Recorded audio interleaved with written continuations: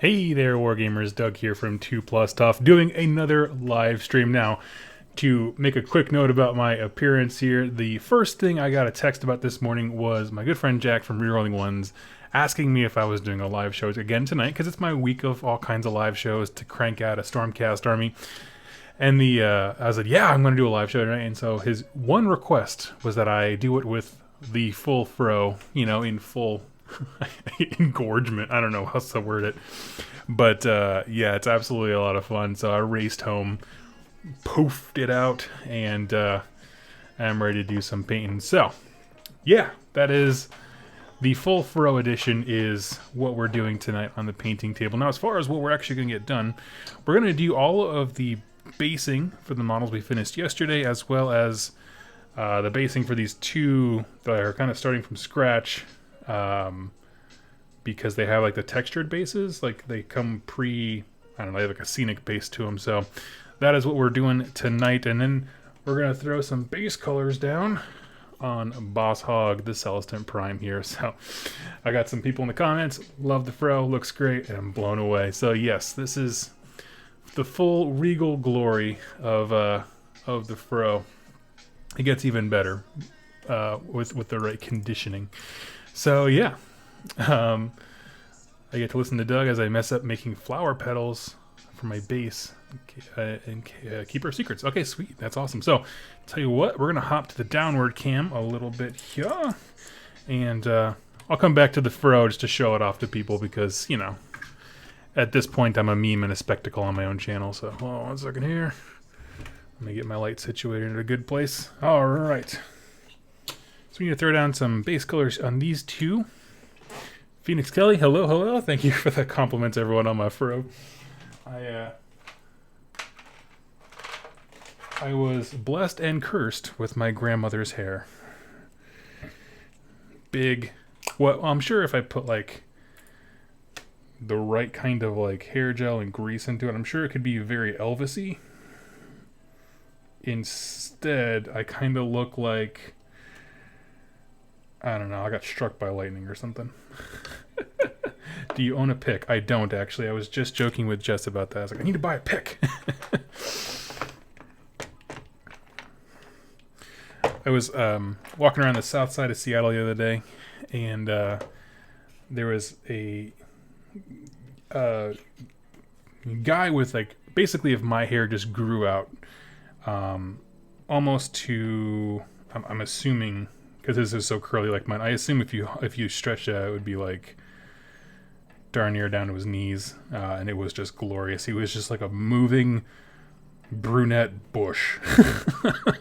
Just like straight out of a city park, dyed brown, and then just walked around. It's pretty amazing.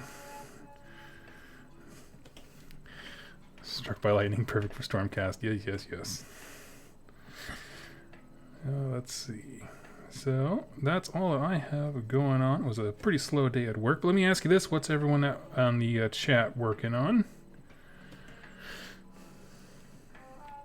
We'll get some hobby time cranking.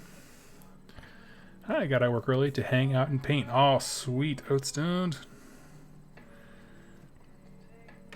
As for me, actually, I want to chat a little bit about the endless spells. Just, it's nice to have something to chat about every once in a while. So if you didn't see, on the Warhammer community page today, they actually previewed a whole bunch, all four of the ones that come in the Forbidden Power set.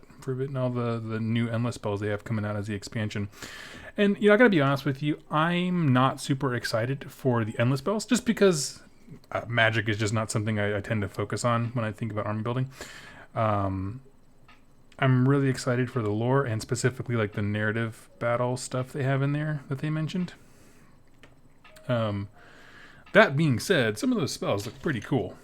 I don't think they're game breaking by any chance. I just think they're options.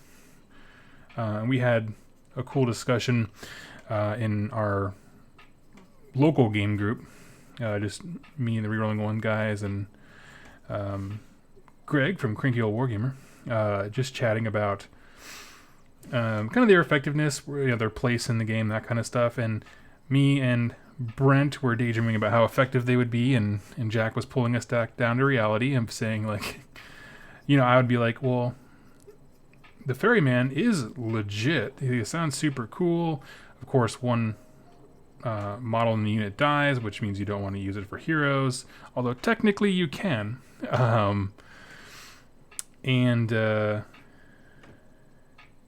Yeah, he's just all around. Let me put these off to the side to dry, and we'll get these guys done. There's a huge cost benefit. I mean, that's a huge cost benefit. But give me 1 second. Let me grab my paints here. So.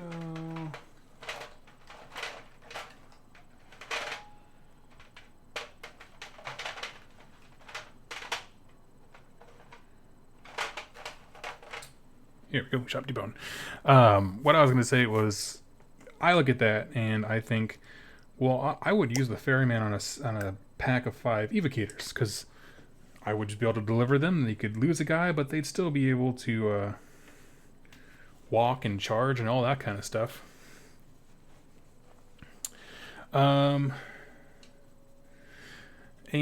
Yeah, so I don't know. I see the benefit there. My thought being, if you walk 5 evocators across the board, at some point one of them's probably going to get shot off the table anyway, so you're really losing a whole lot. And basically it came down to 5 evocators in your throat is better than... 5 evocators across the table isn't as scary as 4 evocators in your throat. Now, Jack pointed out to me, and I forget this because I haven't actually played Stormcast all that much, that why wouldn't you just use the strike, the coming down from Azir thing on the evocators? And that is a fair counterpoint. I'm just not used to having like deep strike rules like that. I haven't played a faction with it, never played Nighthaunt, nothing like that. So, I don't know. It's a tough one. But like I said, I don't think they're meant to be for every situation. I think they're just tools in the toolbox. Let's see, head over to the chat here. Oh, we got some KO getting primed. That's awesome. Let's see. Back on your dwarfs. That's sweet. Let's see. Kenzie, what is Varklov the Cruel? Is that like a third-party miniature, or is it like a character you made? That's cool. Let's see. That afro. Yep, that's 100% real hair. The Great Serious. I left Warhammer Weekly live stream because I saw Bob Ross Fro edition. Doug wins. Well, thank you. I started to watch the Warhammer Weekly coverage, but there's a lot of audio distortions. I can listen to things when I work, which a lot of people can't. Like my wife can't. She can't like focus when people are talking, and so. But I can do that to a point, and the point is, if there's a lot, if it's not the best audio quality, I can't focus because my brain's working too hard to figure out what people are saying. And so I was at work, so I had to duck out. But I'll catch it later. Let's see. Okay, I'm looking good. Tyrannosaurus Rex 2+, are you going to beat the devil out of it?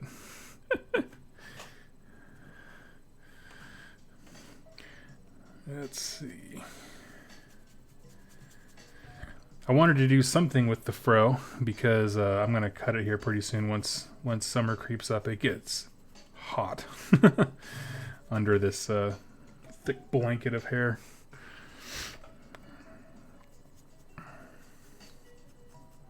Is that why you don't like audio dramas? It is. Yeah, it is, because I can deal with the people talking, but when you add in like sound effects like swords clashing and the sounds of battle in the background of people just going that's why I can't do it.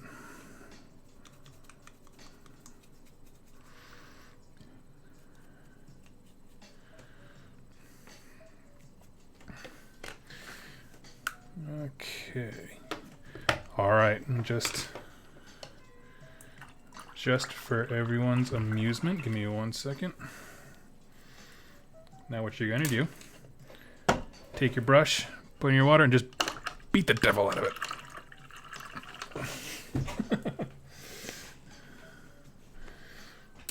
There we go. Achievement unlocked. The devil has been beaten out of it. Sanctified Bob Ross style. Okay, so now we can... let's see, these things are still drying with the dark brown, so we're going to go ahead and throw some plant life on these guys. Let's see.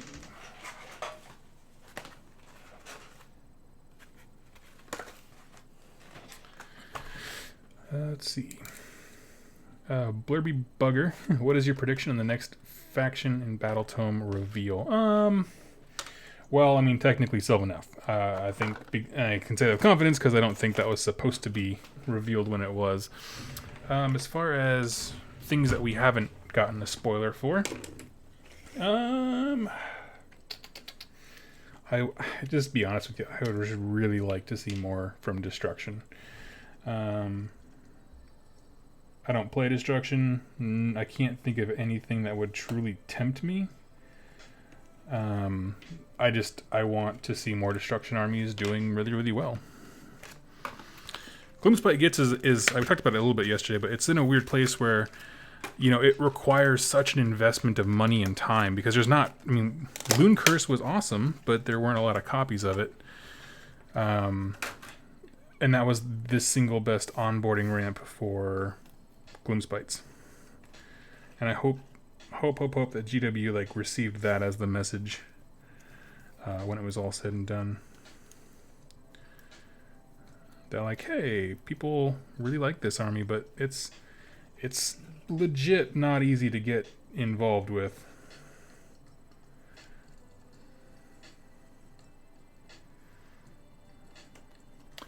But yeah, so, I mean, if I could have anything, I would probably either say a redone Ironjawz book, if they're looking at sticking to, you know, revamping older books, or if they want to do something new,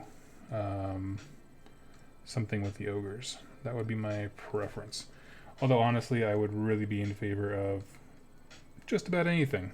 Honestly, do Bone Splitters. They need love, too.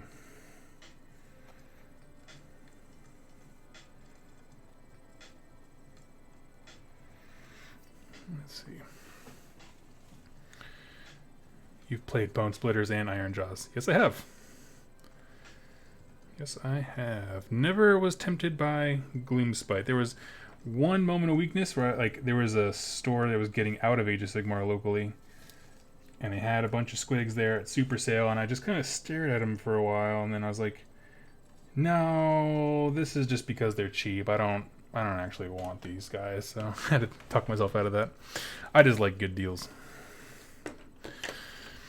Let's see. I feel like I need more with audiobooks. If I'm here to steer a story, I'd rather feel like I'm there than be told it. Yeah, that's fair.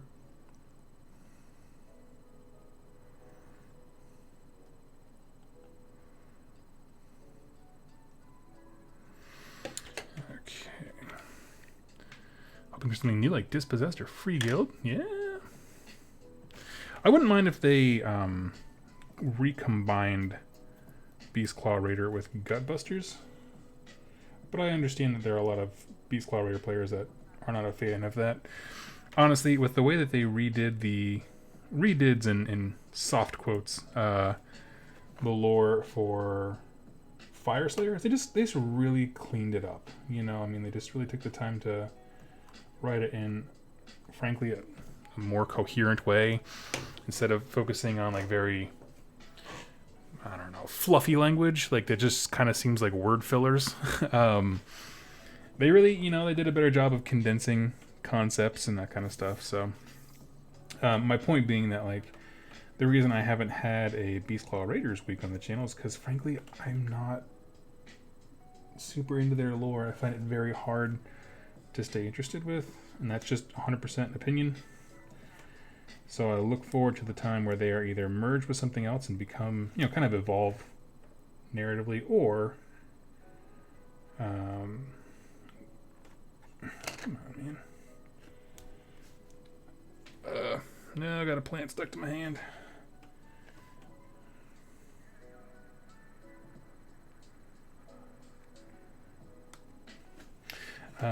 Either revolve it or just kind of take another look at it. You know what I mean? Write it a little bit better. That's kind of what I'm looking forward to. Let's see.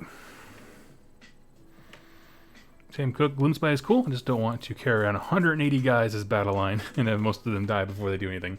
Yeah, honestly, I felt the same way when it came to, well, Beast of Chaos and Skaven right now. As I'm teetering on the brink of not enjoying Skaven a ton.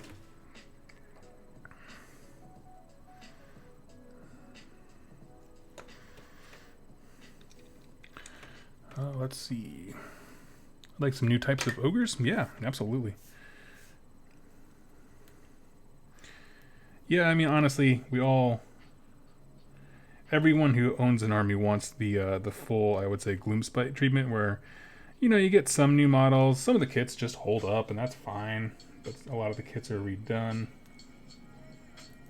I think Skaven players certainly wanted that for sure with some of their stuff, especially because a lot of them are still using terrible looking metal models.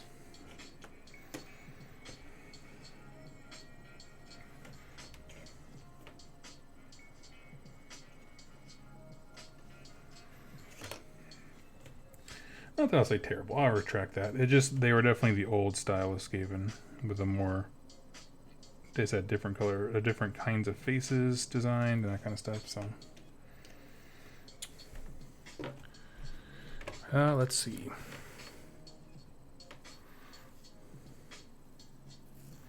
I think they should just combine Oryx a la Gloomspite Gits. Yeah, I mean, if they, it wouldn't take a whole lot of writing, you know, finagling to make the Ironjaws work with Gordrak. They want similar things, you know what I mean? Ultimately, they want Gorka Morka, and if there are some in narratively who perceive him as the first wave of Gorka Morka coming, which is what they're ultimately after by killing beasts, so it wouldn't take much. So, let's see. Finally able to catch one of these live streams. I'm going to try and finish up Night Haunt while listening. Well, hello there. That's Gwenor. Hello, hello.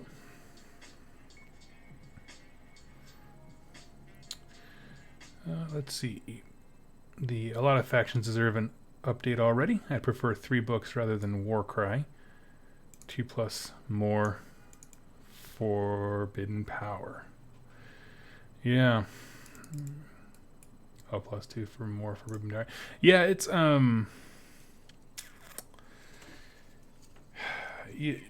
I'm not sure. Yeah, I agree. I would rather have Battle Tomes be in a better place before Warcry comes. So like they drop a bunch of Battle Tomes and then switch to Warcry so that we as players have a break to like get to know our armies before the next kind of thing happens.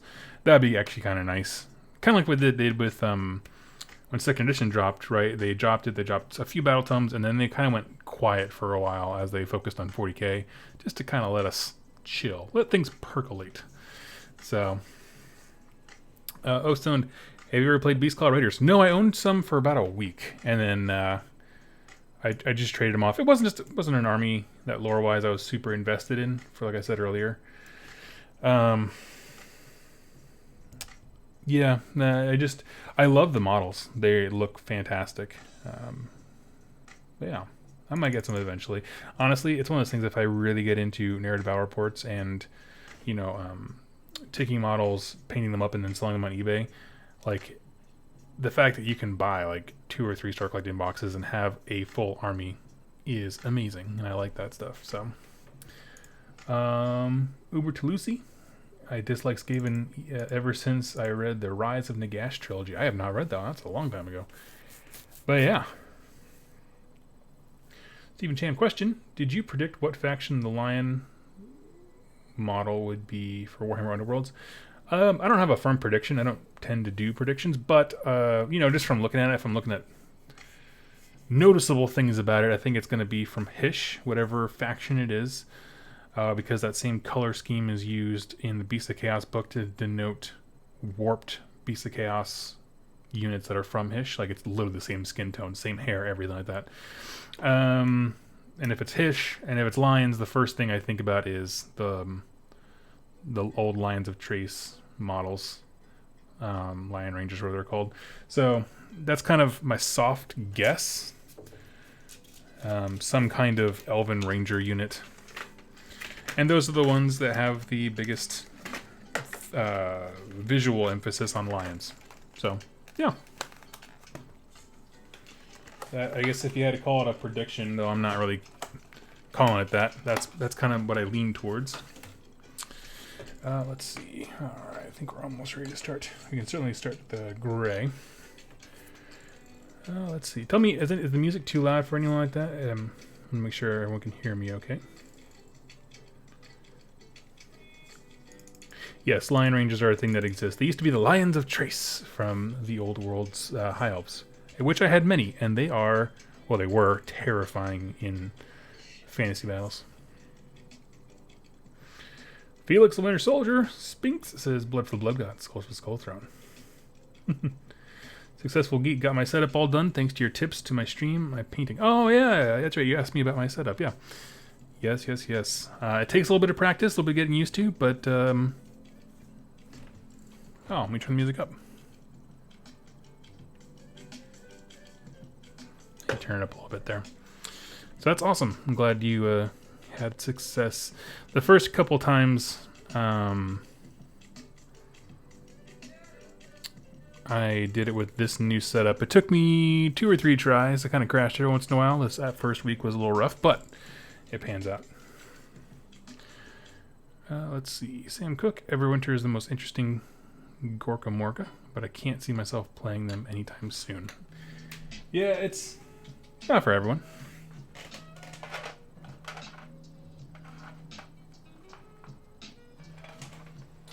Let's see, I'm just digging for paint here real quick, one sec.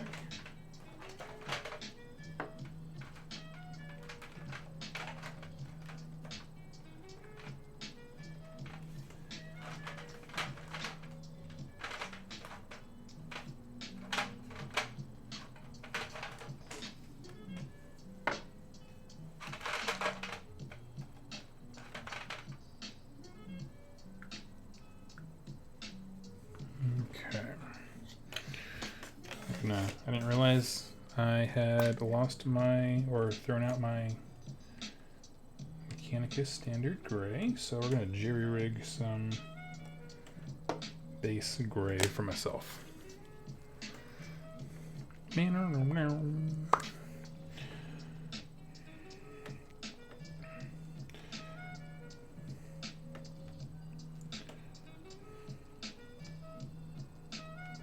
So, one thing I certainly can report on is it sounds like Jack had a great time with playing a game with his new slash Battletone, but his current slash army.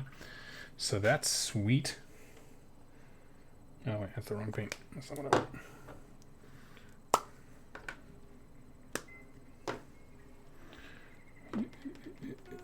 Okay.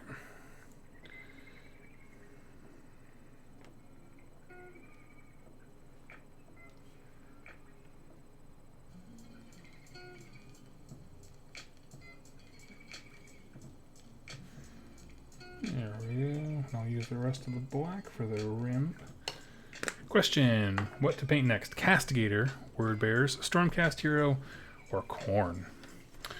Well, let me ask you this. Do you have a fully painted army to play with? Because if not, I would say paint whatever you need to do to get a fully painted army and then do other stuff later.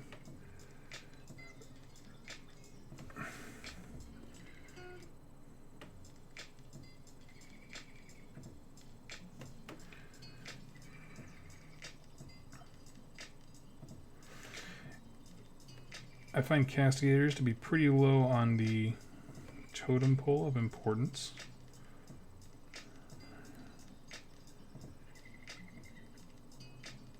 I haven't played with them yet. I'm not going to say, I mean, a lot you'll see people online be like, they're a terrible unit. Never play with them. Not going to say that they're terrible. I will say that I have a bunch of Judicators that look more interesting. Stormcast are the most painted at the moment, 1,500 points. Okay, yeah, that's enough to play a game. How about your corn? I would say, you know, get your next project up to a playable level.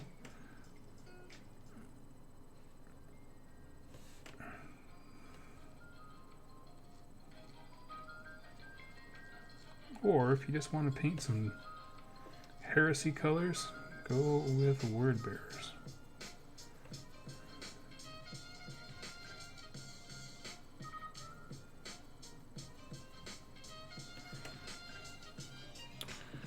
Corn is what I'm working on for an escalation week. Okay, okay. Well, that's a tip in the favor towards corn for sure.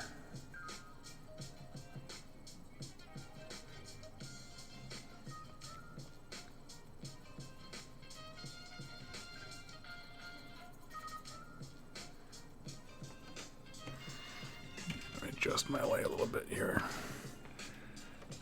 It's a little dark.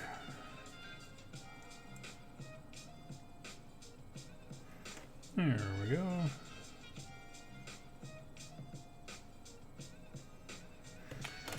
I don't actually really care for the pre-made bases that some of these guys came with, so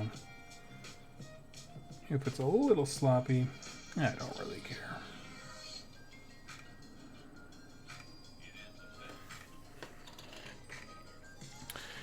Let's see. I love the idea of an army of all large bases. Uniqueness in an army is what I like. Like the Dispossessed has no magic, and Night Haunt is all ethereal and flies. Yeah. Yeah, you know, it's... I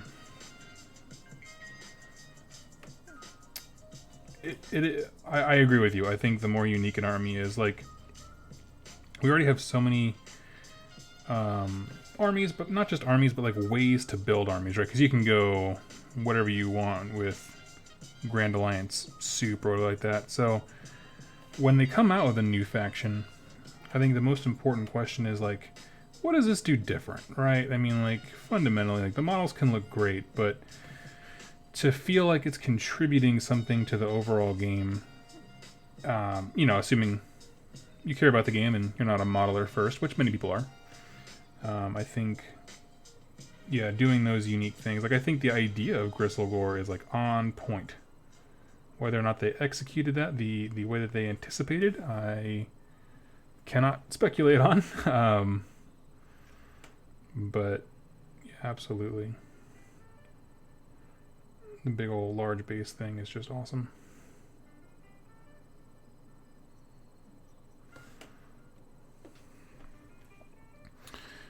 Let's see.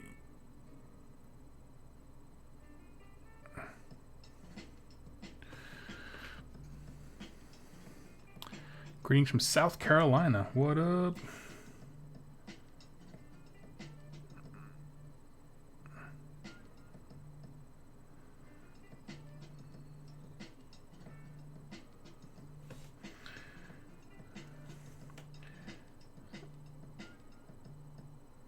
Headed over to the East Coast for Nova here.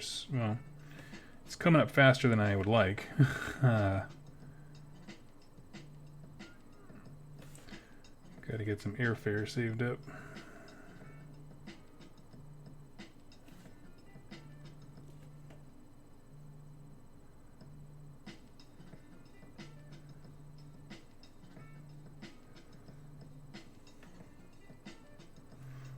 Okay.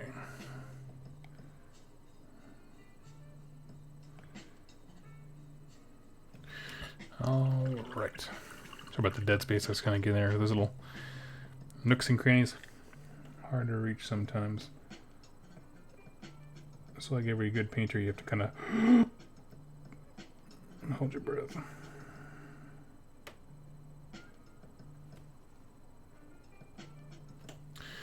All right. I got 8 Blood Warriors and a Slaughter Priest painted. Nice. Proper with the 8 Blood Warriors. I dig it.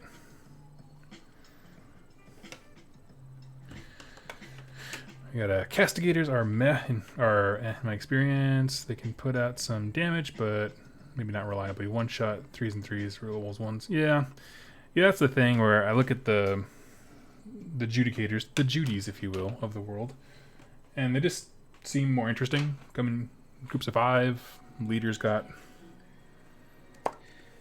yeah.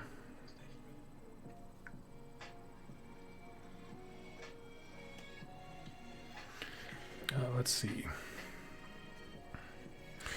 Oh, stoned. I don't like Fire Slayer endless spells. Oh, that's a shame. I do. Mainly the Magma Spitter one. That's, if I had to pick one that I think is pretty tight. Because it's like, hey, let's give an army that has limited capability with guns a giant gun, but it's a very conditional one, and I like that. Always like that.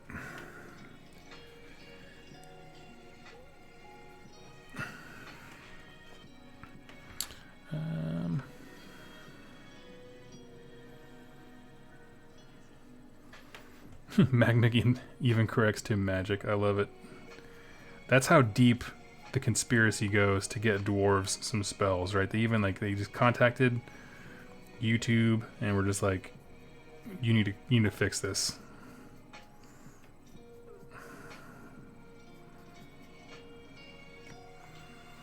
All right. Judicators have a bit more damage and are battle line, but I still feel like they cost too many points.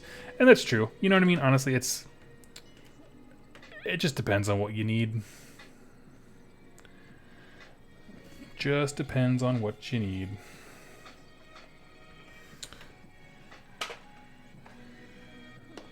Okay, so with this remaining black paint, we're going to take this and we're going to start doing some the rims. Stormcast always costs too many points. Yeah, they are. They can be, for sure, quite pricey. I don't think you'll find many folks arguing that. Yeah, they have access to all the toys, but some of those toys are cost prohibitive.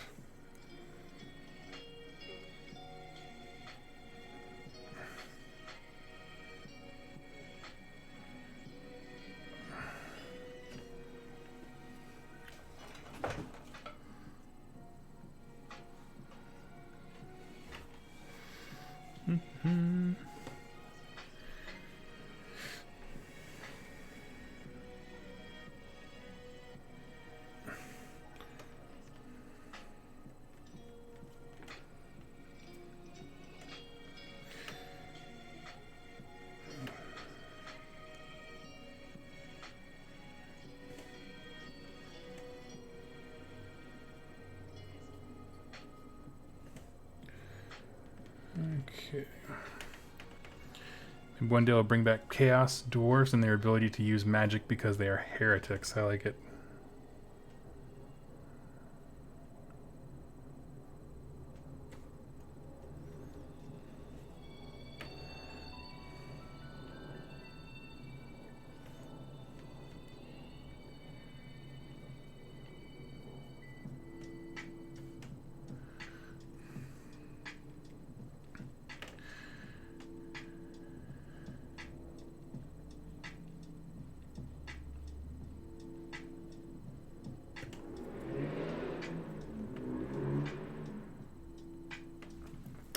Thing is, would you rather Cascaders were just better than Judicators? People complain that Sequitors versus Liberators at the time.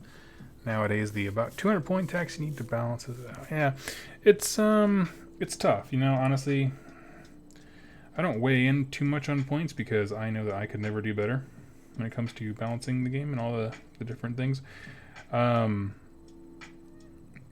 me, the real balancing factor is Castigators have a really cool ability that affects few things. Like it mainly does demons and night haunt, which is really cool and very thematic. And in a narrative game where I'm fighting one of those armies, I would absolutely take Castigators. It's just so specific that I don't have the same fun experience playing against everyone.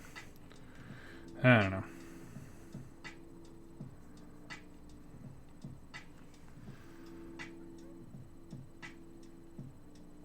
Whereas Adjudicators, it's the same all around.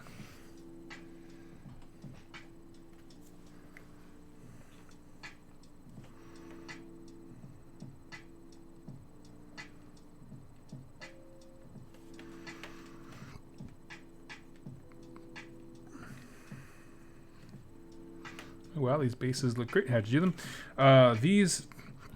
Sorry, I got a hiccup. These two specific bases, they actually came this way from GW. The kit just had them made this way. The other bases I did, that looks similar paint-wise, a little different texture, is, what's it called?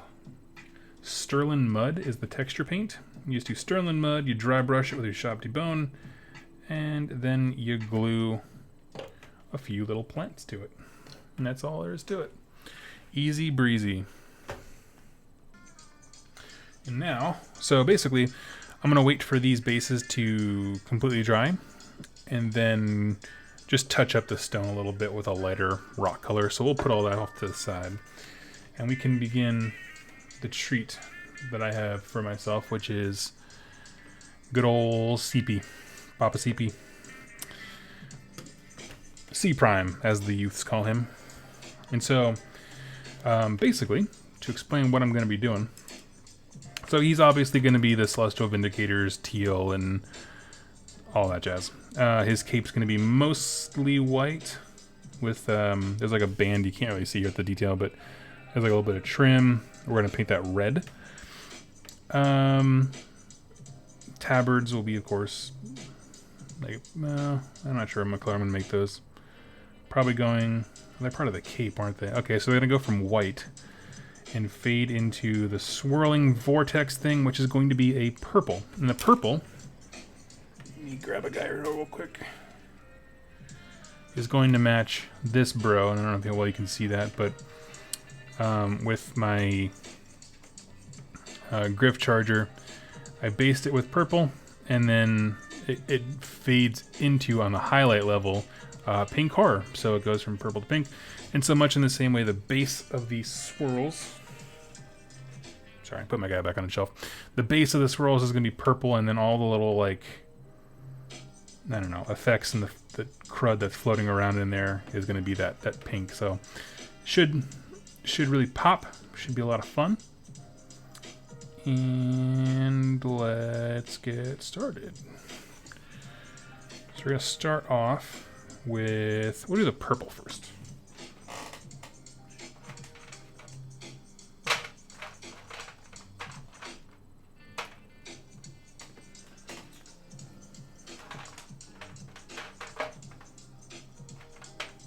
Okay. Let's see. Purple like the amethyst magic of Shyish. Yes. Purple like a Celestial Vindicator's Griffhound. C Prime is going to be beautiful. Color scheme sounds great. Can't wait to see the finished product. Oh, thank you so much, Oompa Loompa. Thank you. Yeah, I'm hoping he'll be looking fine.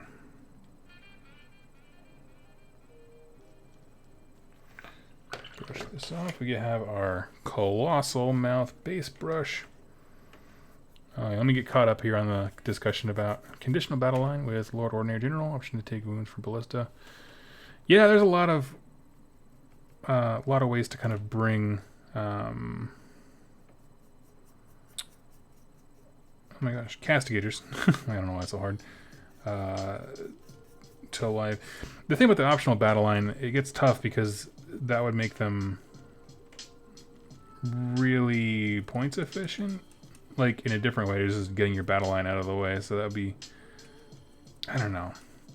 I wish they would keep experimenting with different ways of making battle line. That's, you know, when people ask, like, you know, what do you want to see in the next Stormcast battle tome? Well, like that, like, for all battle tomes, I want them to keep up the trend of making interesting battle line options and kind of evolving that part. Because, like, while I'm not a fan of what they did with Skaven,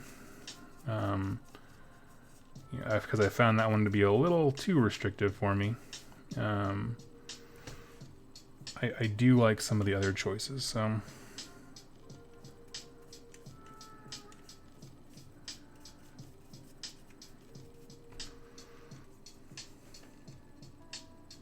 I love conditional battle line. Yes. Yeah, I think it's a... I think if they, meaning the rules designers, are trying to convey what an army is like, you know what I mean, like in an attempt to get people to play more narratively, which I think in the background is always kind of how they envision the game being played. I think conditional battle line is a fantastic tool for that. It's just one more lever they can pull, and it does a fantastic job.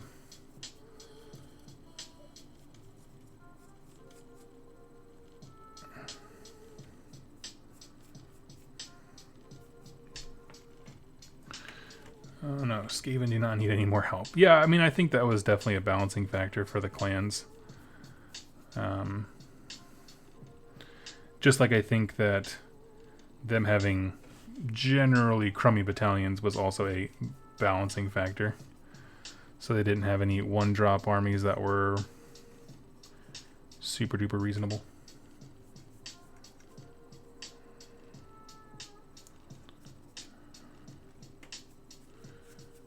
Really wish the guy I got this off of hadn't assembled it before I started painting it, but he did, and that's where we are now.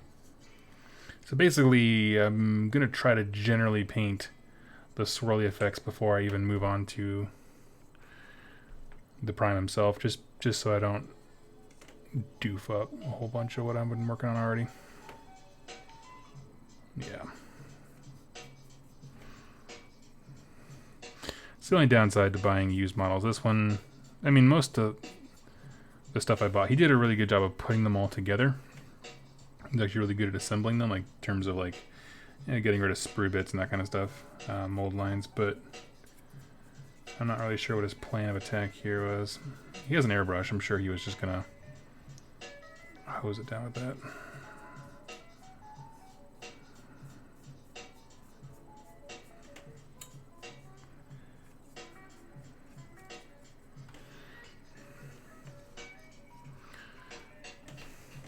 You need to revisit Flesh Eater Courts, Terrorgeist, Battle Line crap.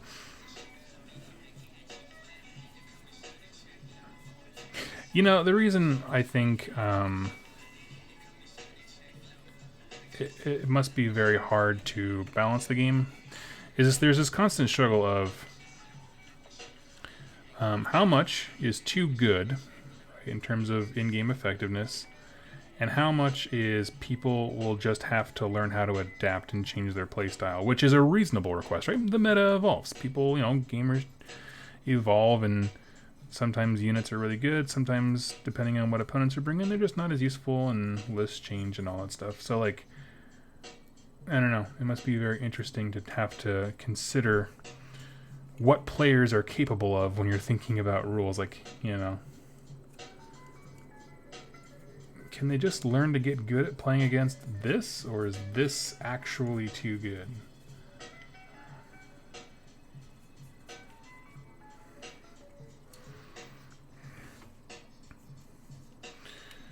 It's a tough one, especially if all of their playtesters are brilliant at the game, because they would be the people who could figure out ways around it.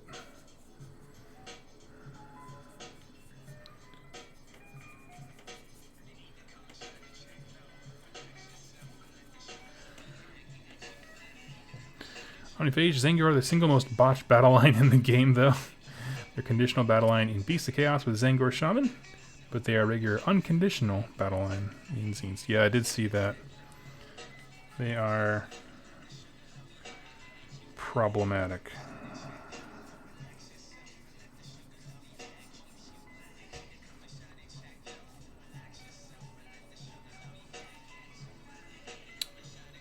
Or at least certainly can be.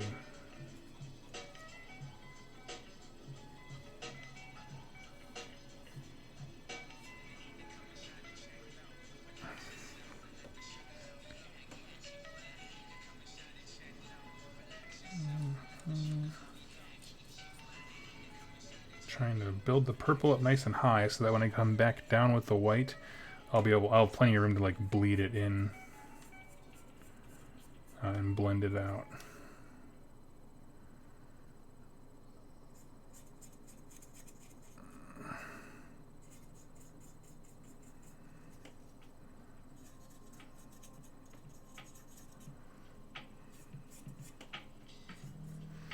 Okay.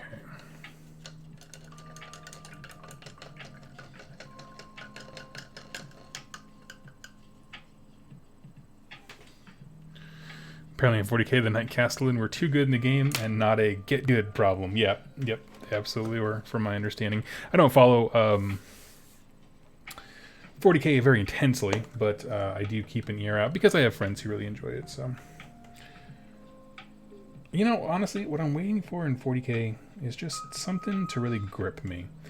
I don't hate the system. It's so close to what AOS is. I think it'd be dumb if somebody was like, I love this, but I hate that. It's whatever. But the thing that gets me about 40k, and I didn't... It was best articulated by Ash, who has Grow the Miniature Games. It's another YouTube channel. There's a lot of battle reports and that kind of stuff. And it's when the Maggotkin of Nurgle book came out, and at the same time, if you remember, so did the Chaos Demons book. And it was... He held the two up and just kind of compared them, and it's just like... The Chaos Demons book is like, this feels like a matched play book. The lore is... It didn't develop very much. It doesn't feel like you're building like super flavorful armies.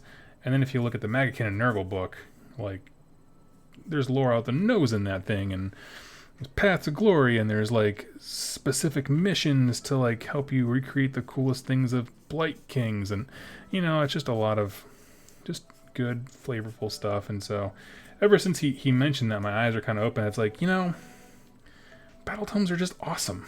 Like, they're just awesome for like getting you pumped about an army, which is also my personal downfall, because every time I get a book to do lore on, I'm like, I want to start this army. I could do this army. It wouldn't be that hard. Oh, look, there's a cheap deal on eBay because I fell in love with the lore of an army that nobody likes to play. That kind of stuff.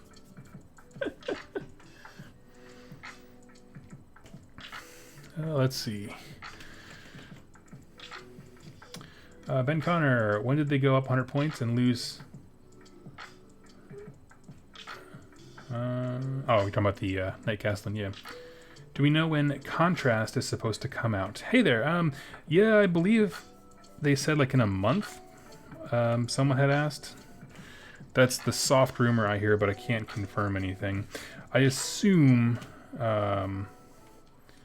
it'll be within the next month or so, just because, you know, they don't preview something for the most part and then kind of sit on their laurels, you know. Typically when they reveal stuff at those kinds of events, so that it's out within the next 3 months max. So yeah, but I also understand like the logistics of that. Like, it's just a ton of product. It's so many individual items you got to account for, and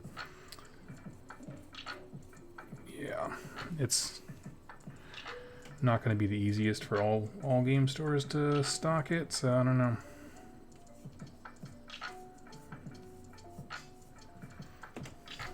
Let's see. My YouTube recommendations are now filled with Bob Ross videos. You are so welcome. Be amazed as your blood pressure falls, as a calm, loving presence paints a happy little cloud and a happy little tree. And then a second tree, because everyone needs a friend. If I have no Warhammer stuff to listen to at work, because I have a chance, I sit at a desk and I just do a lot of data and that kind of stuff. I will listen to Bob Ross pretty frequently.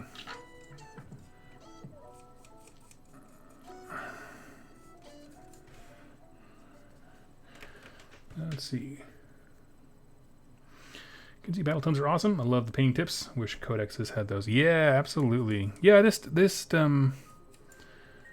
battle tomes just, they feel like, I remember when I started playing 40k a long time ago, when I was a wee lad.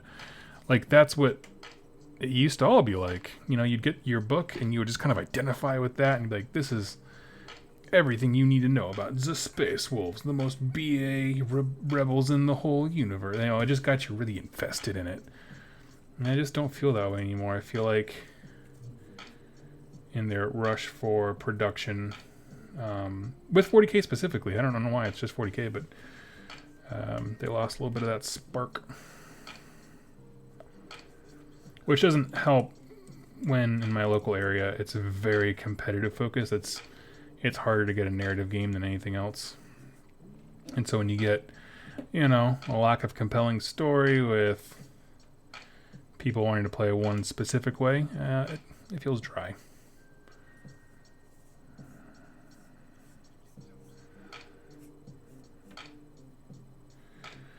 Let's see.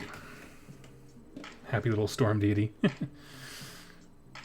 I've been told by my local game shop that both GHB 2019 and contrast paints are in June, but specific dates haven't been released. Yeah, I'm sure there's going to be some terrible snapped photo of a receipt or something stupid like that that will come out and tell us when the paints are coming out.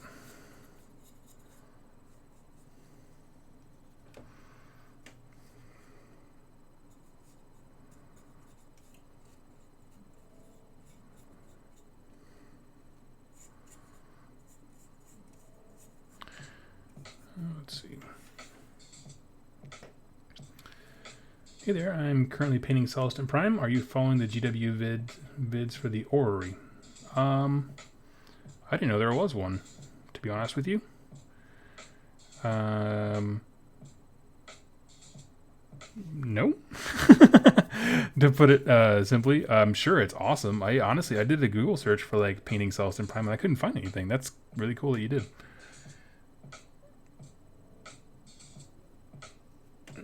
Let's see.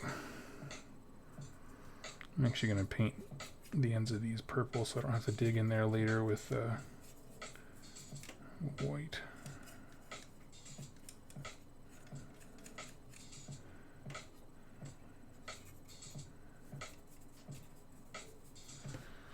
Seen the Warcry leak? It's a screenshot of the game in progress. Looks very multi-level. I did see that. I shared it on Twitter. Yeah, it looks really, really rad.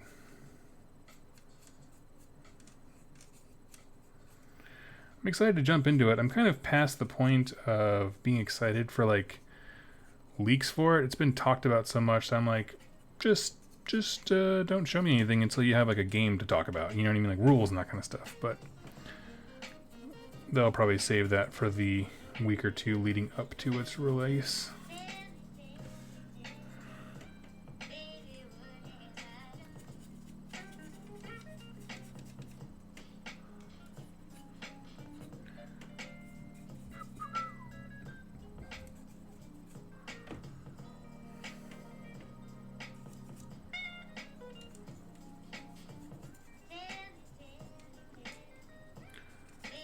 Okay.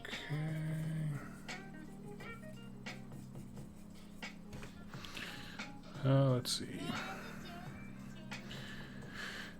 40K players are all super serious and calculative with their CP. AOS players just want to roll dice and smash face with monsters with laughter in their faces. Yeah, that's generally my experience too. My favorite point in time was when AOS had the General's Handbook. I think it was even the second handbook. And a whole bunch of local 40K players, the super competitive guys I was talking about, just all decided one day, like, you know what, this game doesn't suck. And they all went and bought AOS armies. And there was this huge influx of people who just, like, couldn't get their chill on. Couldn't enhance their calm, if you will. And that was a fun moment in our local area, but it kind of passed. Because then the next edition of 40K dropped, and they were like, oh, cool. Now I can go back to the stuff I already have painted.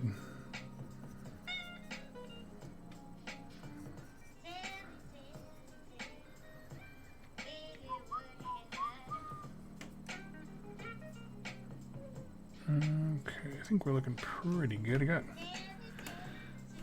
the local AOS scene is super friendly, though pretty casual, but the 40k scene is widely considered toxic. Yeah, unfortunately, it's a sentiment I hear quite a bit.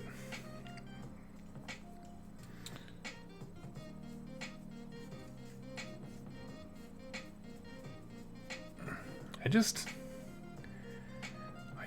like monsters punching each other. Like, you know, AOS is not a perfect game, and there's players who are turds in every game system. That's just the nature of the beast, unfortunately. But I find there's less turds in our particular toilet. Okay. Let's see. So what do I need to do next? Might as well... While that's drying, set him right there. Let's see if these bases are dry yet. Oh yeah, they're dry. My 40k scene is fine. I love AOS more. Oh sweet, that's good to hear. Yeah, this isn't. I didn't intend to be like rag on 40k. It's just my local area.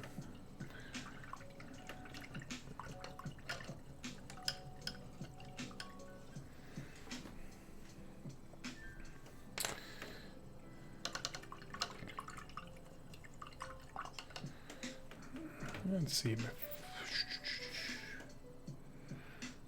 I played one tournament and more or less just noped out of 40k. See, locally we have a group who goes to, oh my gosh, what is it? Las Vegas Open, the big. Less turds in our toilet. Gonna have to use that. Yes.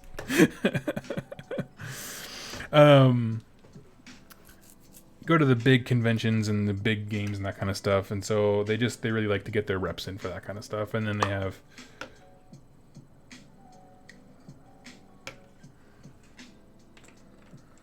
also yeah, bummer. Sorry about everyone's bad experience. I know for a fact that there are awesome 40k players because I'm friends with one of them.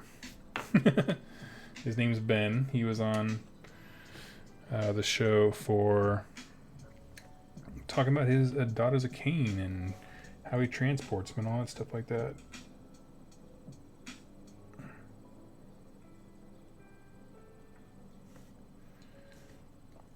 So they do exist, but they are mythical. So you gotta, when you find one, you gotta catch them.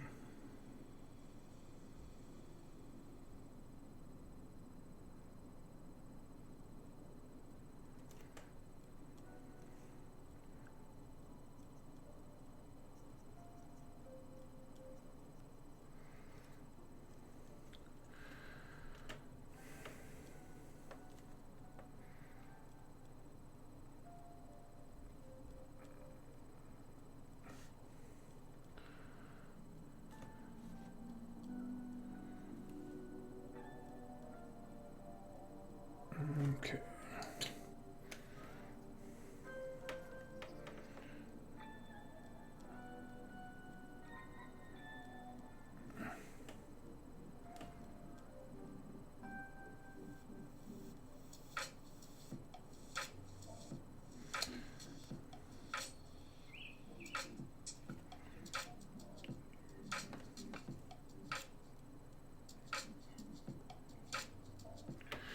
Okay, played a lot of Sylvaneth and Stormcast. Very fun armies to fight against. Yeah, they sound fun.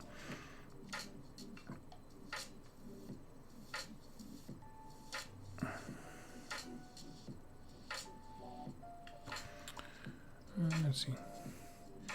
Very excited to characterize my Arch Revenant. Kenzie, are you getting into Sylvaneth in a big way, or are you just painting up that specific model?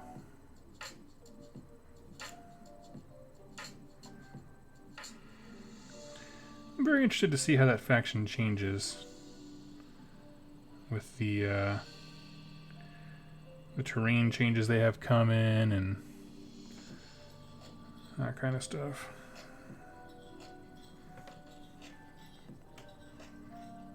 Shading all my squigs right now. Nice.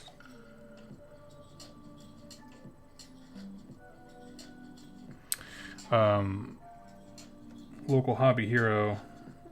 He hasn't been on the show yet, but I want to get him at some point. Rick has a Gloomspite Gets army, and it is gorgeous. But all he did was Zenithal highlight, and then just a whole bunch of glazes with like red paint for the squigs and that kind of stuff. It's awesome. Okay, so with that, officially, 2 units of ballistas are done. Okay. Now we're going to move on to Boss Hog.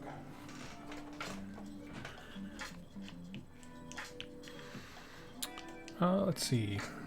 Have you ever seen the Lord Arcanum on Toralon model? Awesome centerpiece for Stormcast Generals. You know, I've seen it like online, but I've never actually seen it in person. And so, I hope that it's cool. It's actually one that I'm very excited for. Because I'm not a huge fan of the Star Drake model. So I would really like to have a big beastie that I do like. And the reason I like the Star Drake model is because of its leg. Or the way that the dragon's posed specifically. Actually, I'm going to hold this awkwardly so it's not bouncing everywhere.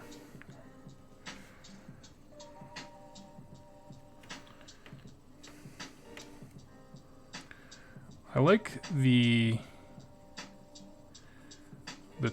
actually the best Toralon I've seen is someone took the head off of the Griffin, like Carl Franz's Griffin from Fantasy Battles, from Free Peoples, and put it on him, and it looks terrific.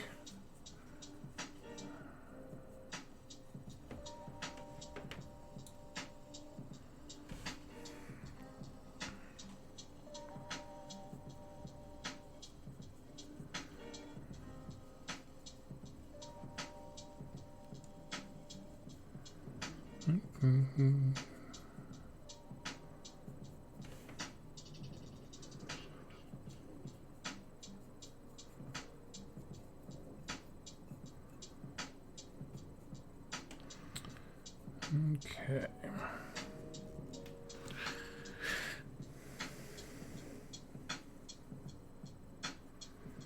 And this guy is one of those models that, like, I don't do this a ton, but sometimes there's just those models where it's like, I don't care how effective this is, I'm going to use him. Usually it's always heroes. There's very times I've fallen in love with like a unit of something, but yeah. I need to come up with a list that really makes this guy purr.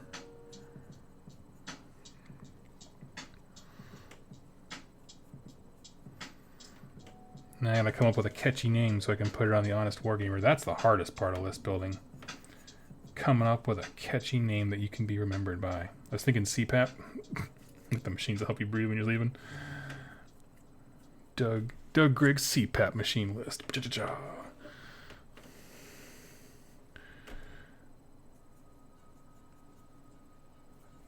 I want to make that list, win enough with it, so that I have to be like on some tournament circuit, and I have to make someone who thinks they're very serious say Doug Griggs and his CPAP are gonna win.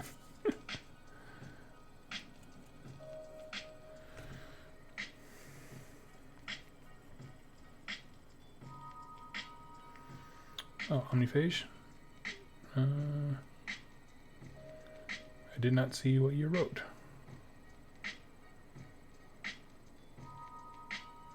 You are correct. A few bad apples can really spoil the bunch. Don't worry about getting too grim. It's the reality, you know? It's a game, and if people don't want to play appropriately or be good folks, you know, I understand. And that's the thing. It's crazy how a bad experience can rock you. Like, I definitely, my wife can attest, had a night where I was giving somebody an AOS demo, and then some completely unrelated person walked up and just started heckling me. And it just, like, soured my whole stinking day. Like, it just truly did. Came back, and I was just in a mood. I don't know, the rest of the night. It was just rough. And then I didn't go to that store for several weeks because of that.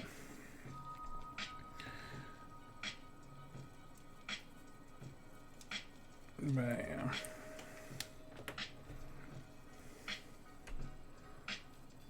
It unfortunately happens. People, you know, what I think it comes down to is just folks sometimes, it's just sometimes, lose sight of the fact that this is all just for fun. They take it, it becomes their world, and so they just lose sight. That's at least the graceful answer that I try to have for folks. Also, something just fell. I don't know what. I'm going to assume everything's fine. It feels fine. Let's see. Hobby is so much more LGBT and women and generally diversity than it is. Yeah.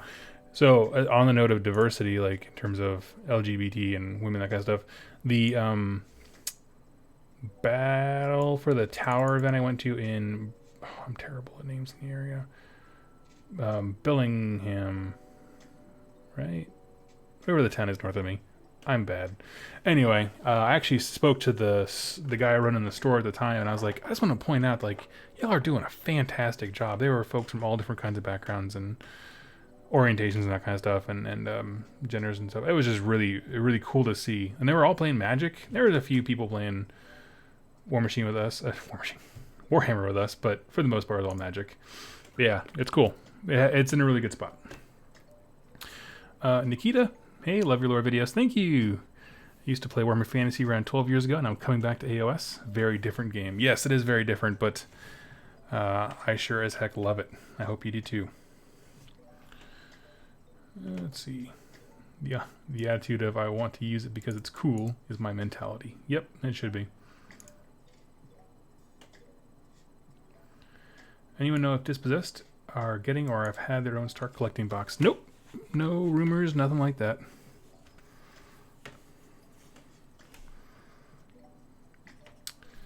Let's see.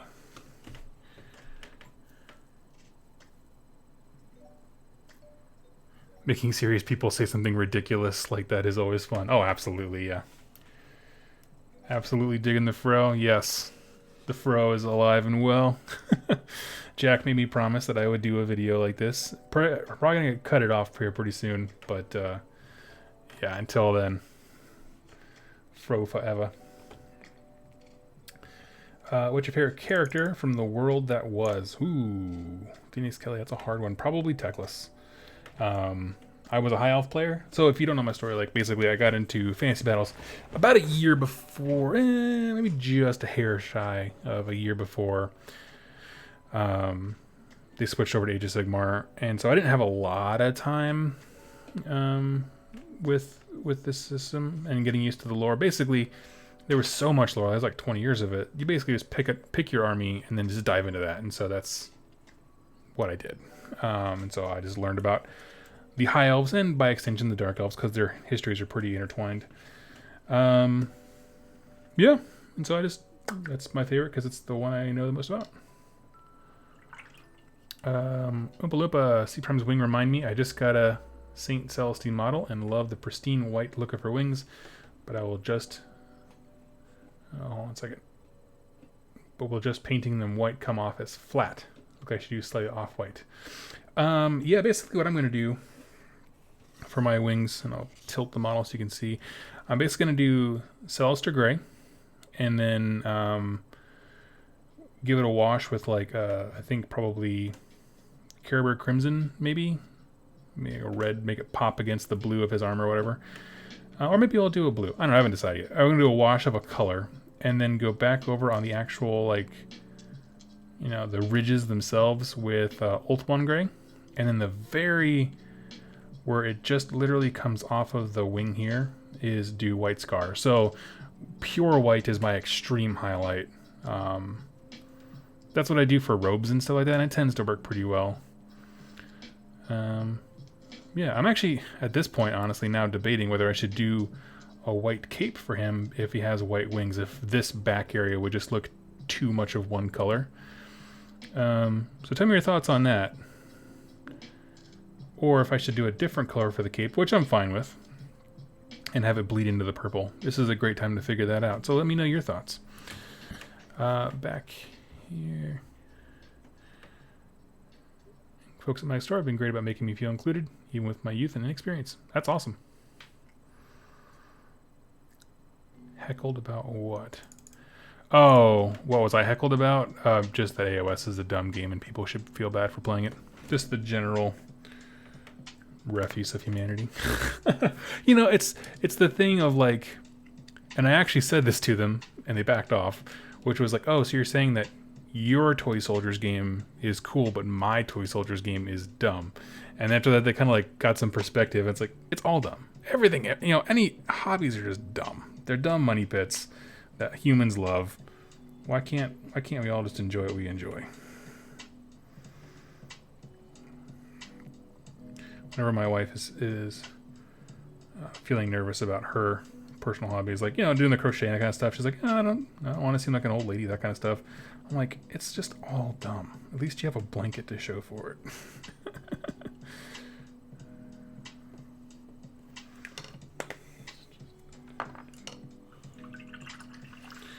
Let's see.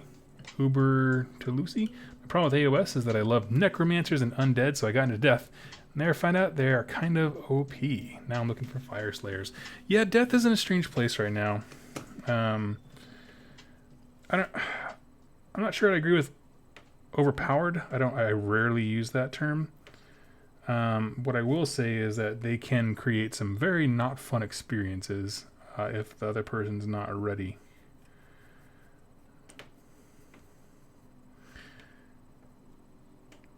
That is for certain. Because I also like necromancers are my jam in just about every like game. Like in Skyrim, I'm a wizard who focuses on magic casting, specifically zombies and that kind of stuff. Like, I love it. It's all great.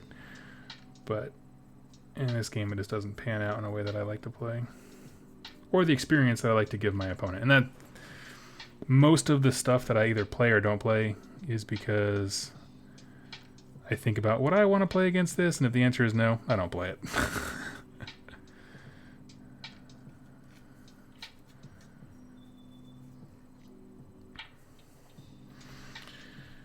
Let's see. Oh, I kind of fell behind the comments here. Let me try and catch up real quick. Learn, train, play. Hello.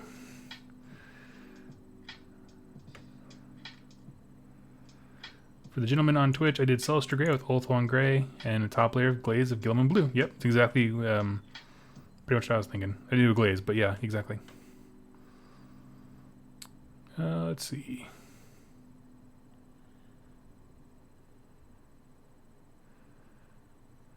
Okay. If someone asks me a question, go ahead and ask it again. If I didn't answer it, I'm going to skip ahead so I don't keep falling further and further behind.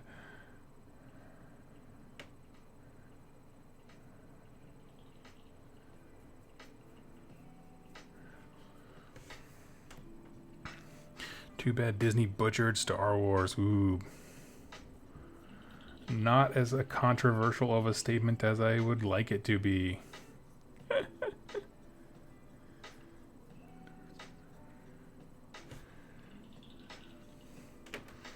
When I first saw Stormcast, I had a strong Space Marine feeling. I guess GW wanted a selling point for kids like in 40K. Yeah, no, I don't think any of that is by accident. I think when they were looking at creating, okay, we have a new faction and we need them to be the centerpiece, the new quote-unquote poster boys. What are things that are fantastic about our current paint lines and like their strategies for sales that work? And, you know, larger models that kids with small hands and maybe like less dexterity can easily paint. That's a win. Having them be somewhat like interchangeable with parts, because all Stormcast, for the most part, if you want to swap heads and shoulder pads, that totally works. Yeah, I think it's, while not a fan of the comparison to Space Marines, because I think there's some cool things that separate the two. I think it's easy to just look at them and say they're the same. Like they're both cool in very different ways. But that being said, I think marketing-wise, they knew what they were doing. They knew what they were doing. Like, we need to do this, but again.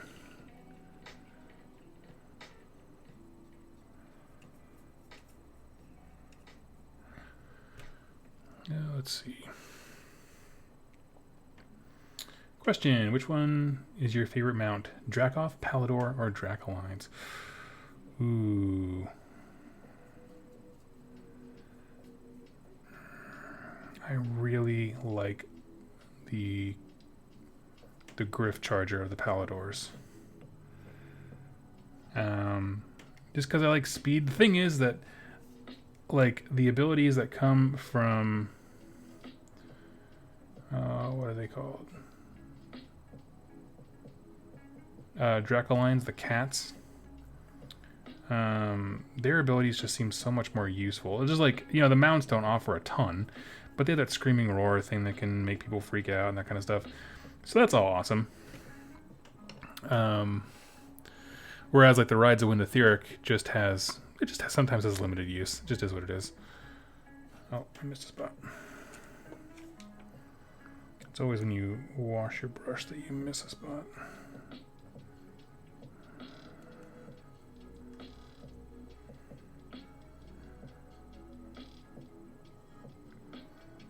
Okay. What faction is the easiest to paint? What is easiest to paint? Let me think about that for a hot second. In terms of like no, we retract that.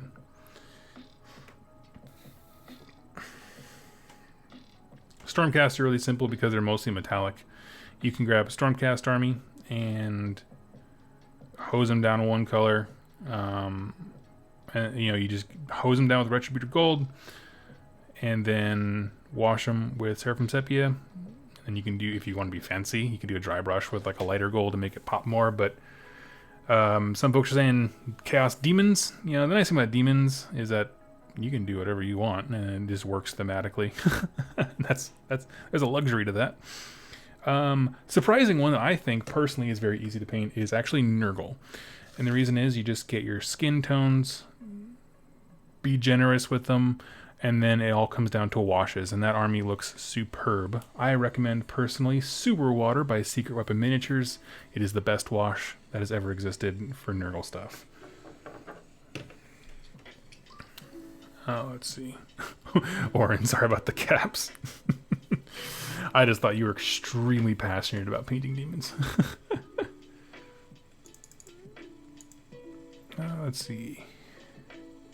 Get the Herald. He's so pretty. Nice.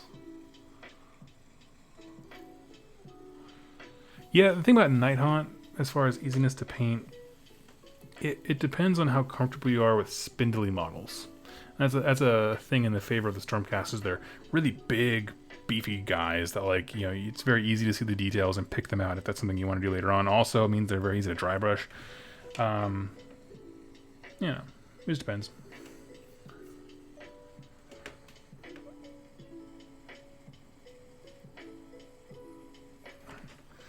Another factor is that I love the painting aspect of the hobby, and I would like a more elite army that I can spend more time on each model. And I am moving to Japan next year, and I'm not planning on taking a whole horde with me. Nice. Oh, if you're looking for elite stuff, Stormcaster, they can be pretty elite. Deepkin can be 23 models. Yeah.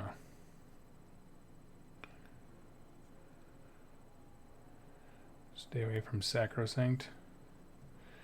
Oh, yeah, you're talking about the robes and junk like that. For the basic Sacrosanct guy. It depends on what you want to do with them. You can get them done pretty rough and tumble.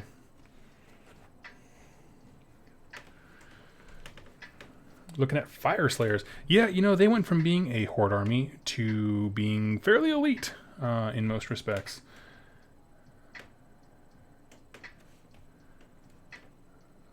I'm with Omni. Let me see Omni's last thing. You know what? I'm going to get heckled here, but I quite like the most recent Game of Thrones and Last Jedi. Legit? I'm not a Game of Thrones fan, so I have no input on that one. And I'm actually not negative on Last Jedi. It's the one, I can't remember the names, the one that came before it, that really I didn't care for. But Last Jedi was just fine. Shame.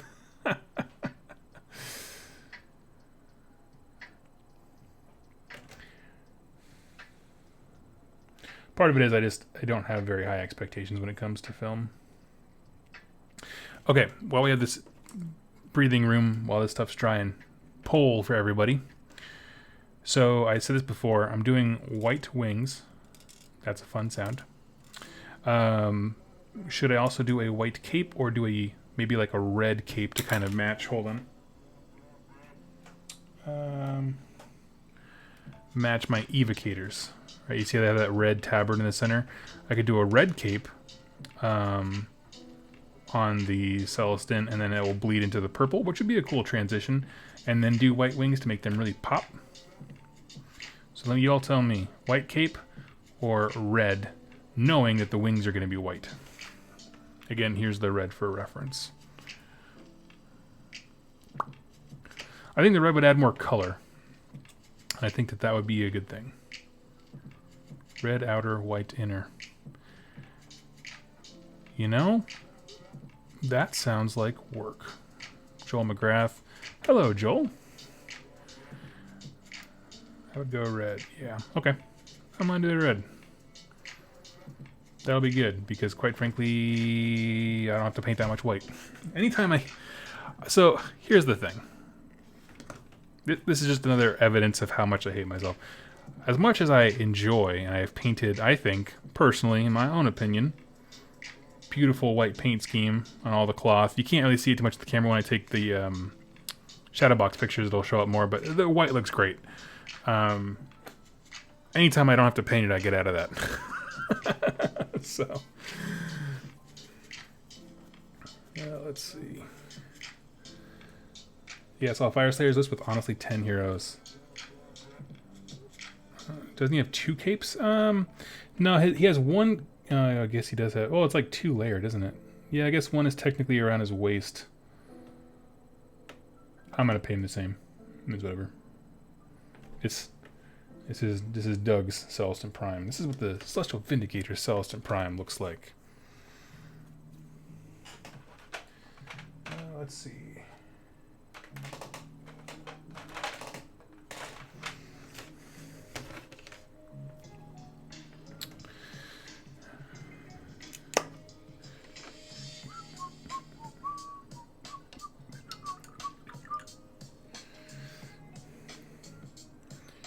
Yeah, you could, if you're thinking Fire Slayers, go with the...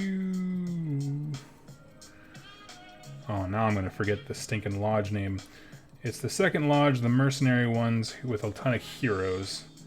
And it gives you a bunch of artifacts. So that way you can lean heavy into the heroes thing and bring that to life. That'd be kind of cool.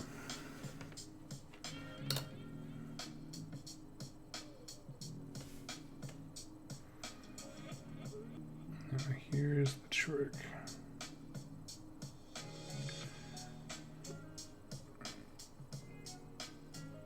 The trick with painting painted models is if you can't see it, then it will not matter.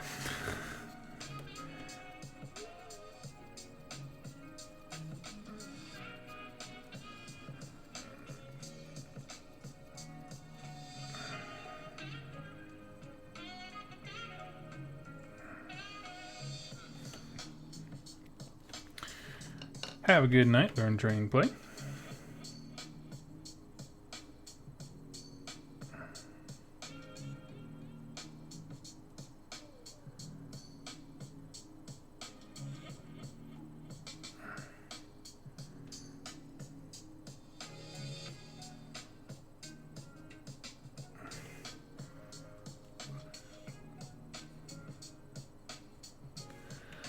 Let's see. Auric Runefather. We have 15 Grimwrath. What? You got too many heroes, though. I mean, if you're playing open play, you can do whatever you want. Let me correct that.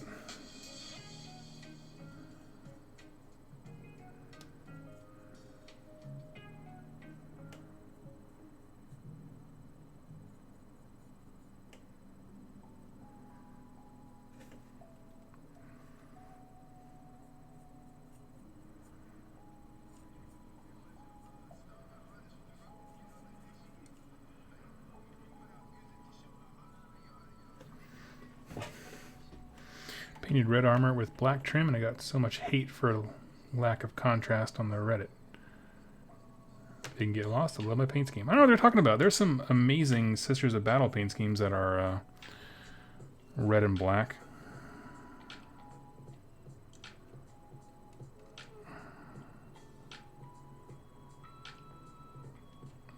So I honestly, when I first started painting, I used to go on Reddit and Facebook groups and ask for feedback, and I just don't anymore because it's just kind of what I view as the same thing that happened to Rotten Tomatoes, the movie review website.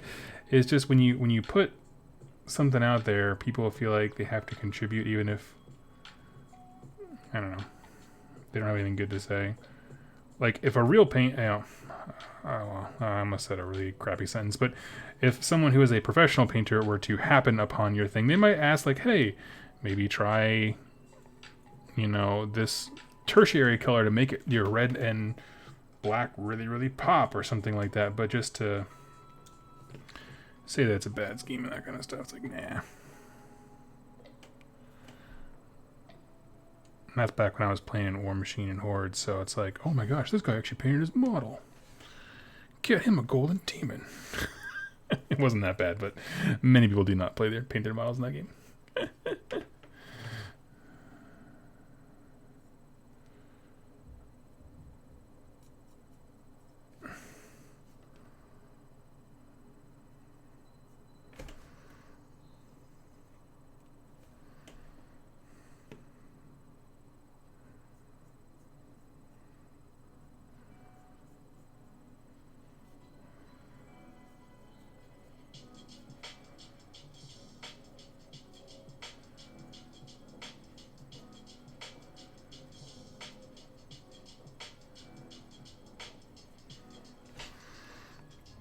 Okay.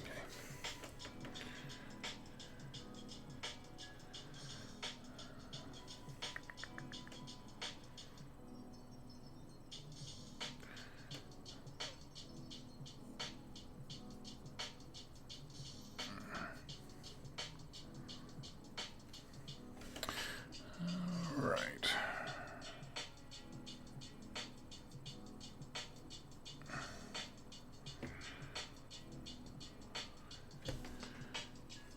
I might ask our special guest, apparently, Joel McGrath, what you working on?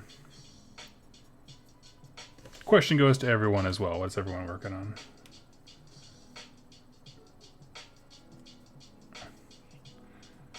The last time Joel was on the channel, it was for the Making a Beast Lord episode where we talked about his ballerness taking Beasts of Chaos.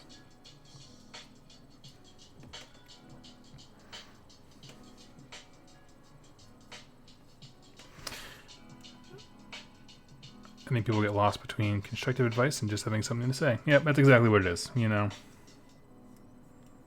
That's a great way of putting it.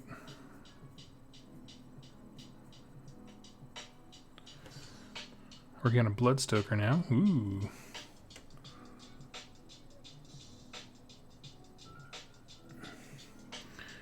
Building Harken World Climber. That is the Chaos Space Marine jetpack guy, right?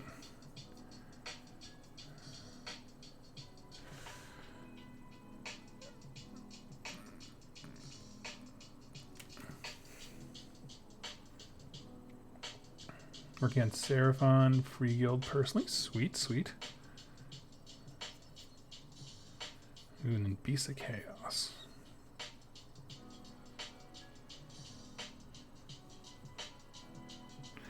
Blackstone Fortress, Trader Guardsman. I dig it, I dig it.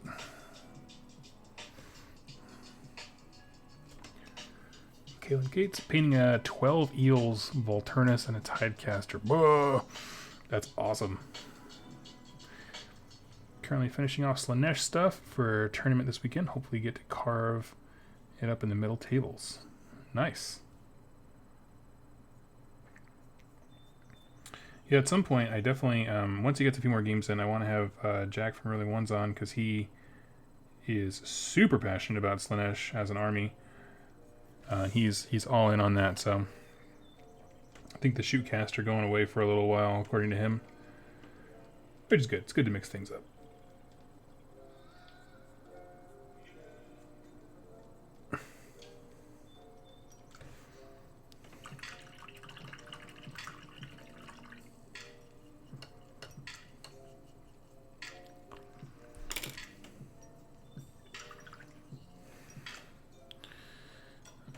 Habit Nagash praised the mighty airbrush. I don't own an airbrush, and you know, here's the problem. You know, here's the real problem with airbrushes. You ready for it? It's twofold. One, every time I have the money to get an airbrush, I think I need something else. I need to spend this money on something else. I need new tires in the car. I need, you know what I mean, anything like that.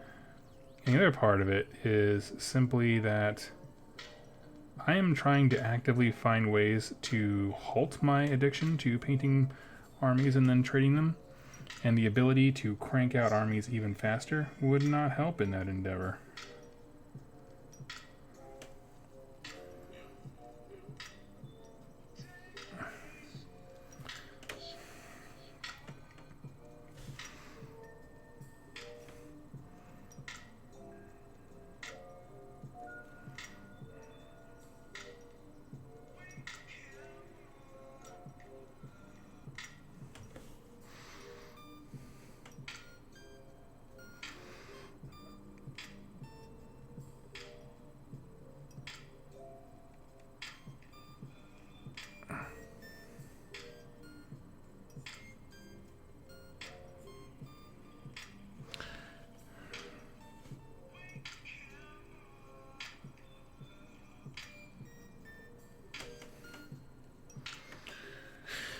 Corn's been easy to get into. Oh yeah, corn is fantastic to get into.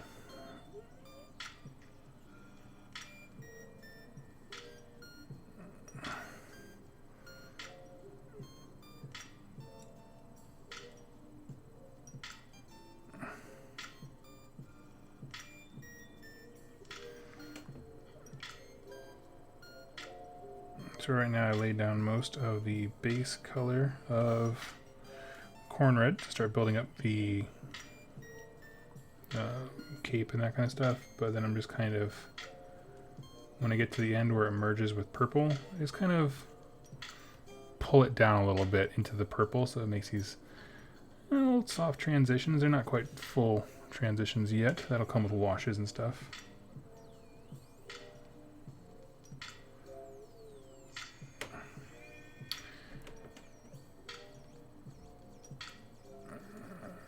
Should have done the cape before the guy. I broke my cardinal rule of painting the easiest thing first, but that's okay. The hardest thing first, that's my rule. Usually I try to paint the harder to reach places first, so then you build your way outward. And then sometimes I just ignore my best advice.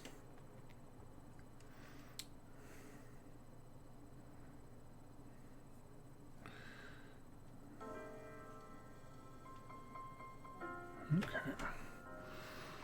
Okay, so all the capes painted there. It's all painted there.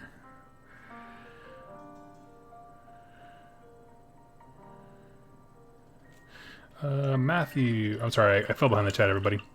Sorry, I've already discussed. Quick thoughts on Forbidden Power. Okay, quick thoughts. I'm excited. Basically, what Forbidden Power is, from what we know and understand about it, is 4 endless spells that seem to have cool utility. It's a lot of movement stuff. That's awesome. And beyond that, it is a story arc for a narrative battle, like a city being attacked by the undead and then defending it. That's awesome. I want that. And then also a small campaign system where you can recreate the siege of storm vaults across the realms. So it seems like part Firestorm, part malign sorcery in terms of being expansion. So I'm very enthusiastic about it. I wasn't at first, I'll be honest, because I just didn't feel like they really gave us enough information. If you remember when they started showing stuff for Stormbolt, it was just a whole bunch of trailers that had like Forbidden Power with no information. We were just like, okay, what am I supposed to be excited about? So I was very lukewarm on it until the beginning of the week when they had that article kind of explaining it. It's like, okay, now I have something to be excited about. Thank you. Thought that was just weird, their marketing on that one, but whatever. Beyond all that, yeah, I'm excited. I'm excited to see the campaign system. I'm excited to see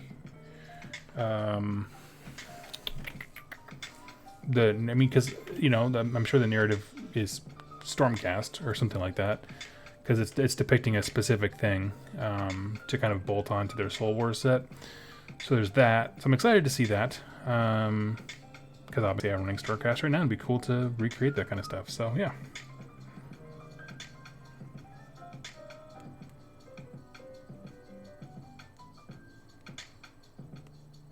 If a city is being attacked by the undead, why would you defend it? Nagash probably has a good reason. Probably because you don't want Nagash getting what's underground. That'd be my assumption, my working assumption. Okay, what do I need to do next? I need to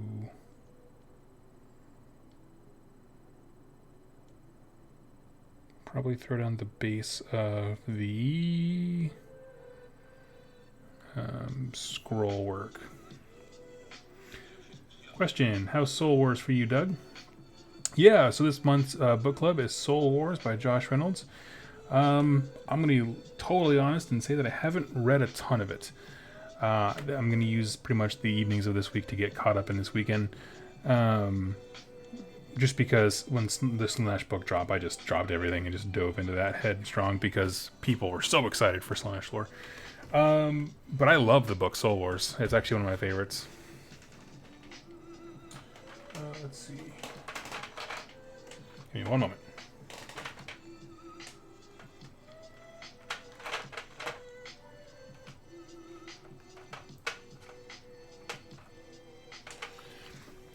But yeah, isn't Forbidden Power KO Fire Slayers a Stormcast and Deepkin versus Legion of Grief? It hasn't all been spoiled yet, but I'm hoping it involves a whole bunch of factions like that.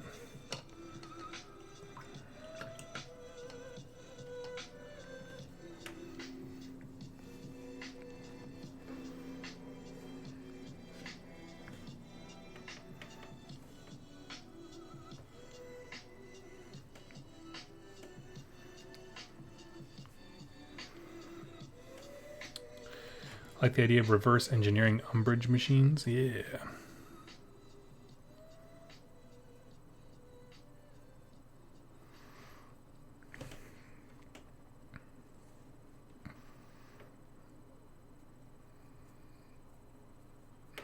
They listed them as an allegiance. Yeah, I don't have the article right in front of me, and I don't memorize community page articles. One second here. You know, I remember reading it and thinking, oh, this works just like Firestorm, so I'm sure that is. I'm sure it is similar to that. Whether it's just that is the question. And to that, I don't have an answer for you.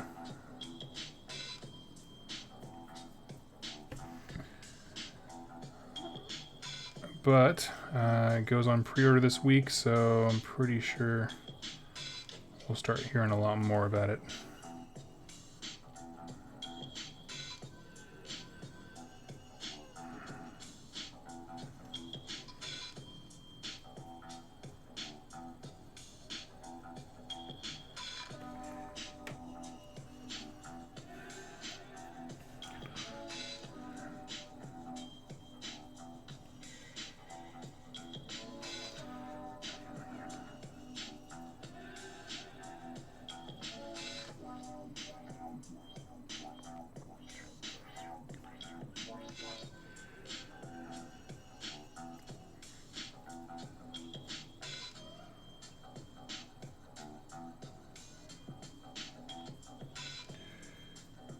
Oh no.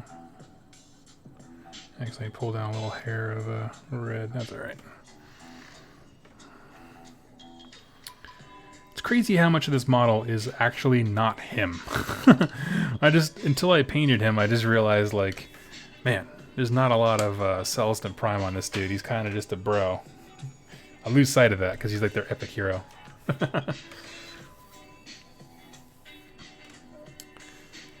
Okay.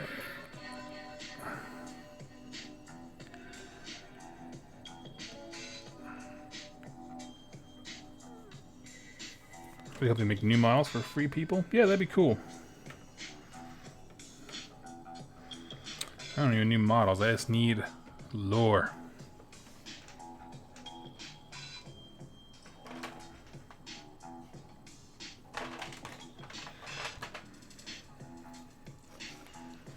I was taught boys before toys in my early hobby days, and the list are like 4 greater demons in the middle battle line. Just don't look like armies to me. I was told boys before toys only when it came to orc armies. I've never heard that outside of the context of orc armies. But yeah.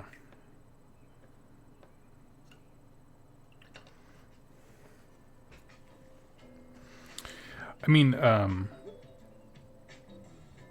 will definitely say that in terms of like 40k, definitely. Oh, I hate these paint pots. They're just the worst. They just are. There concrete evidence on what's being locked in the storm vaults. Nope. We just know that it's things and people, or at least some character. That's all we know.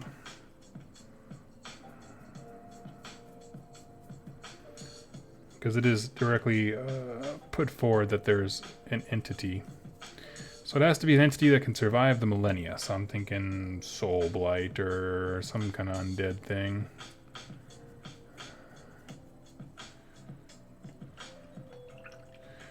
Did you miss me mentioning my ill-advised 150 Bad Moon Sluggas on the black base coat? Yes, I did miss that, and that sounds like a lot of work.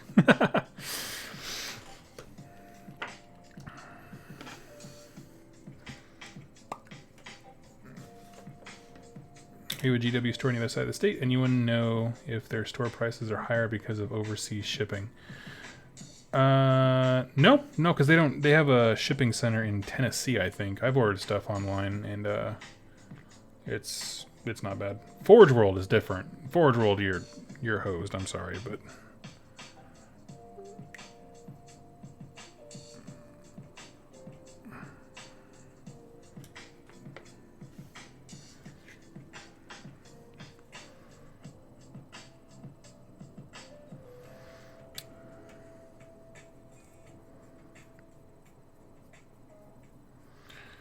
yeah, I try as much as I can to buy from my local G-dubs, in addition to whatever store I'm in, but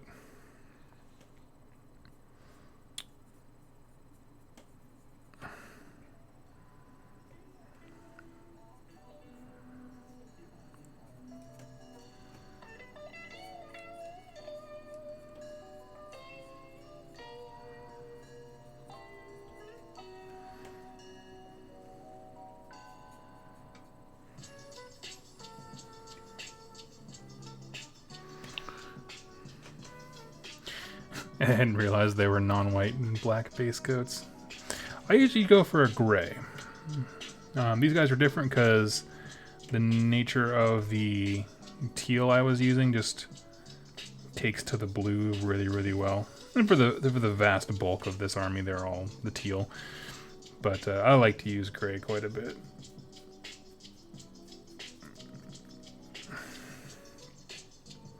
If you are a student of Vince Vincello over on Warhammer Weekly, he does a ton of painting tutorials and tips and that kind of stuff. He's a fantastic teacher. One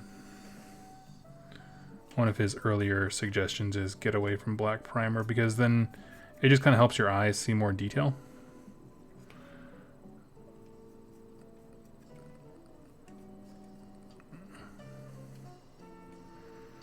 Mainly for me, it just helps because I have to do fewer coats for stuff, and with the way I paint, you know, fast and loose, cycling through armies like a madman, that helps.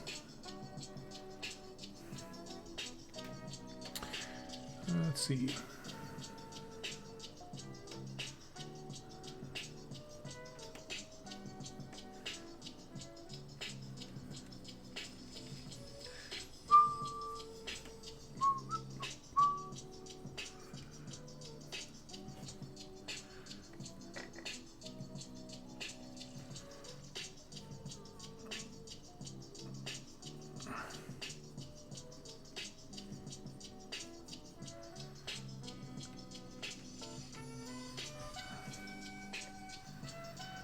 Zenithal highlights. Yep, that's going to be the name of the game when it comes to the new paint line is Zenithal.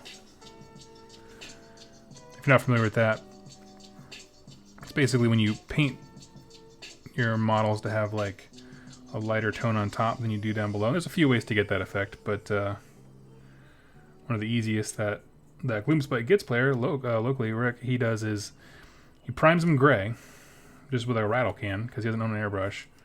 Primes them gray, and then takes white primer and just lightly mists over the top of them, and that works out perfectly for him. I was like, oh, that's easier than I thought it was. I thought you had an airbrush to do that, but something to be said for jury rigging.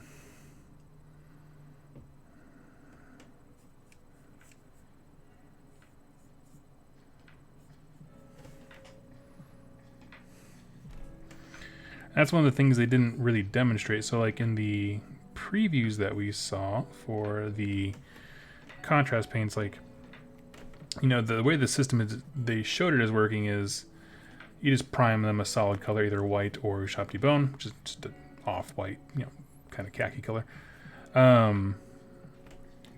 But to be truly effective, I think you would need to do zenithal highlighting. Yeah, I got some.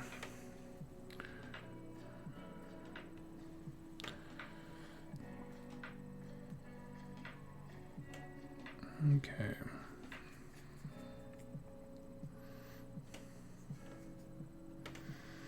Okay, so we got the cape based, we got the swirly dews based and washed.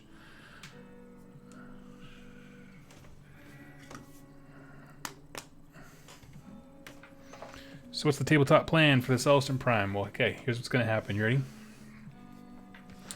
Let's pretend this is a wall of witches. You ready? Celestin Prime comes down. Turn maybe 2 or 3. Fails a 9-inch charge. Gets charged by the witches and dies. And that's exactly what's going to happen to me. And I'm going to do it again and again and again because I think he's a cool model. That is the plan.